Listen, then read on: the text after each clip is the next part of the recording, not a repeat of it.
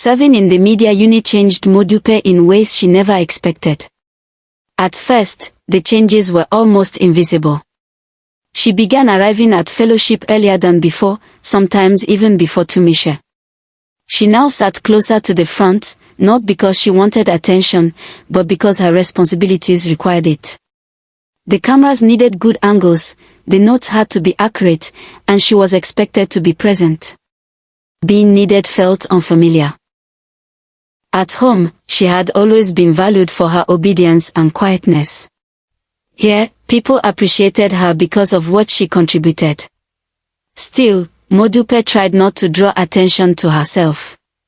She kept her answers short during meetings, avoided unnecessary conversations, and quietly accepted compliments before changing the subject.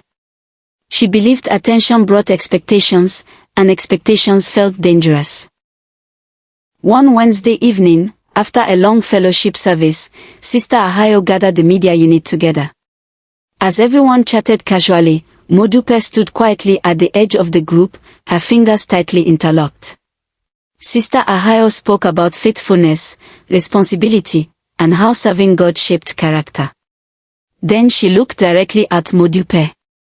"Modupe," she said gently, "you've been very diligent." Modupe's heart skipped. "You capture the services well. Your notes are clear, and you don't rush your work. That's a gift." The words caught her off guard. "Thank you, Mo," she replied softly. Sister Ahayo smiled warmly. "I'd like you to begin assisting with writing the fellowship service summaries." Although she nodded, Modupe's mind immediately filled with questions. "Am I ready? What if I make mistakes? What if I disappoint everyone?" Later that night, she sat on her bed with a blank notebook open in front of her, struggling to begin. Tumisha noticed. "You're overthinking," she said with a smile. "You're good at this. What if I fail?" Modupe asked quietly. Tumisha shrugged. "Then you learn." The simplicity of the answer surprised her. At home, failure had always been something to avoid. Here, people saw it as part of growth. The following Friday, Modupe submitted her first service summary. Sister Ahayo read through it carefully before looking up. "Well done." Just 2 words. But they stayed with Modupe long after the conversation ended.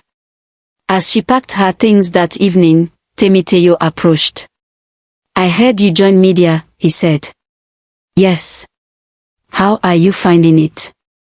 She answered honestly. "Challenging." He smiled softly. "Growth usually is." They walked out of the fellowship hall together, maintaining a respectful distance. After a brief silence, Temiteyo spoke again. "I struggled with visibility too.